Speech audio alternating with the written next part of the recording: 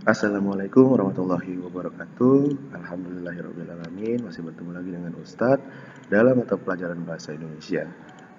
Nah, untuk sekarang ini kita akan belajar mengenai mengungkapkan rasa simpati melalui teks cerita inspiratif. Tapi sebelum lanjut, ada baiknya kita mengucapkan bismillah terlebih dahulu agar pembelajaran kita kali ini dapat berjalan dengan lancar. Bismillahirrahmanirrahim.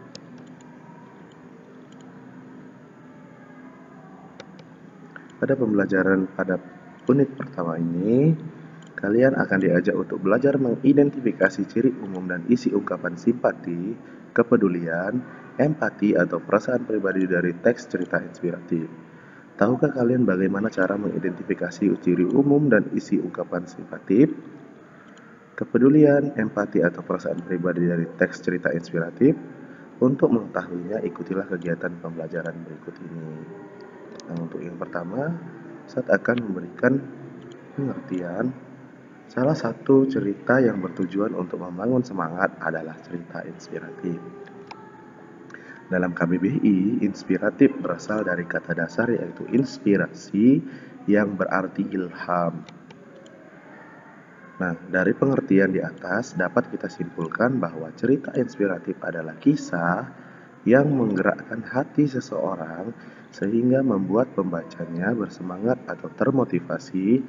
Dengan kata lain, teks tersebut mengajarkan seseorang untuk mengambil hikmah dari peristiwa yang disaksikan, didengar, atau dialami. Jadi, tujuan dari teks inspiratif ini ternyata untuk mengajarkan seseorang mengambil hikmah dalam peristiwa yang disaksikan, didengar, atau dialami. Jadi, cerita teks inspiratif itu adalah cerita yang atau kisah yang menggetarkan hati seseorang sehingga membuat pembacanya bersemangat atau termotivasi. Nah, inilah pengertian dari teks cerita inspiratif. Selanjutnya, setelah kalian sudah mengerti pengertian dari teks cerita inspiratif, saya akan menjelaskan ciri umum dari cerita teks inspiratif. Yang pertama, teks cerita inspiratif memaparkan suatu cerita atau kisah. Jadi, yang dipaparkan di situ adalah sebuah kisah atau sebuah cerita mengenai biografi seseorang ataupun kisah dari seseorang atau kisah dari diri sendiri yang kita alami sendiri. Selanjutnya, kisah dibuka dengan pengenalan tokoh. Jadi bisa disebut atau dengan kata lain, pengenalan tokoh itu bisa disebut juga dengan orientasi. Selanjutnya, dilanjutkan dengan memaparkan peristiwa dan insiden yang dialami, dilihat, atau didengar oleh tokoh. Jadi, dilanjutkan dengan memaparkan peristiwa dan insiden yang dialami atau yang dilihat ataupun yang didengar. Kalau dialami berarti dia yang mengalami sendiri, kalau dilihat bisa jadi dia juga yang melihatnya sendiri, atau mendengar bisa jadi dia mendengar dari kisah orang lain, lalu ditulisnya ke dalam sebuah cerita inspiratif. Selanjutnya ada interpretasi. Apa itu interpretasi?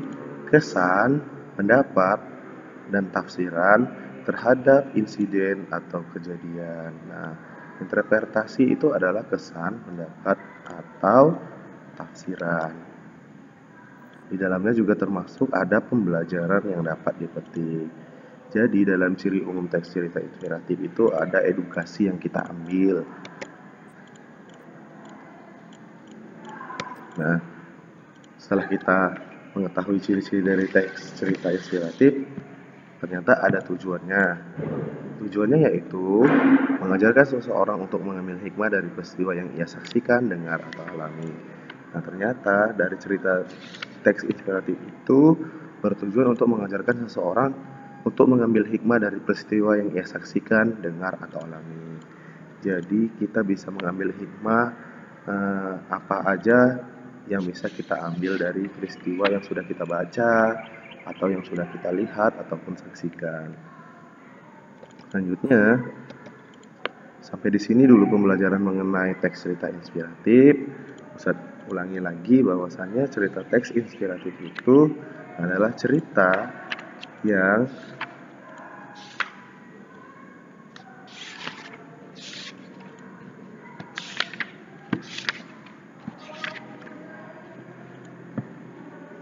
memuat interpretasi atau penafsiran, nilai-nilai moral, terhadap insiden atau kejadian. Jadi nilai moral itu adalah nilai yang berkaitan dengan perilaku seseorang,